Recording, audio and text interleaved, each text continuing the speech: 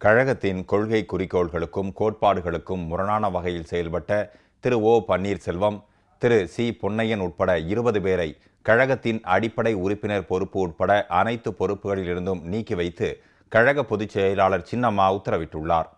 அஇஅதிமுக பொதுச் செயலாளர் சின்னம்மா இன்று வெளியிட்டுள்ள முக்கிய அறிவிப்பில், கழகத்தின் கொள்கை குறிக்கோள்களுக்கும் கோட்பாடுகளுக்கும் முரணான வகையில் செயல்பட்டதாலும்,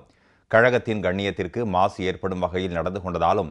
கழக கட்டுப்பாட்டை மீறி கழகத்திற்கு களங்கமும் அவப்பெயரும் உண்டாகும் விதத்தில் செயல்பட்ட காரணத்தினாலும் போடிநாயக்கனூர் சட்டமன்ற தொகுதி எம்எல்ஏ திரு ஓ பன்னீர்செல்வம், கழக செய்தி தொடர்பு குழு உறுப்பினர் திரு சி பொன்னையன், முன்னாள் கழக அமைப்பு செயலாளர் டாக்டர் PH பாண்டியன், முன்னாள் அமைச்சர் திரு நத்தமிரா விஸ்வநாதன், முன்னாள் அமைச்சர் திரு KP முனுசாமி, கழக செய்தி தொடர்பு குழு உறுப்பினரும் கல்வித்துறை அமைச்சருமான திரு க பாண்டியராஜன், விழுப்புரம் தெற்கு மாவட்டத்தைச் சேர்ந்த முன்னாள் அமைச்சர் திரு ப மோகன், கழக வழக்கறிஞர் பிரிவு முன்னாள் செயலாளர் திரு PH மனோஜ் பாண்டியன், கழக சிறுபான்மையினர் நலப்பிரிவு துணை செயலாளர் திரு JCD பிரபாகர், அனைத்துலக எம்ஜிஆர் மன்ற துணை செயலாளர் திரு க தவசி, கழக மீனவர் பிரிவு இணை செயலாளர் திரு KA ஜெயபால், கழக புரட்சி தலைவி பேரவை துணை செயலாளர் திரு SK செல்வம், முன்னாள் அமைச்சர் திரு KP ராஜேந்திர பிரசாத், கழக எம்ஜிஆர் இளைஞரணி இணை செயலாளர் திரு KAK முகில்,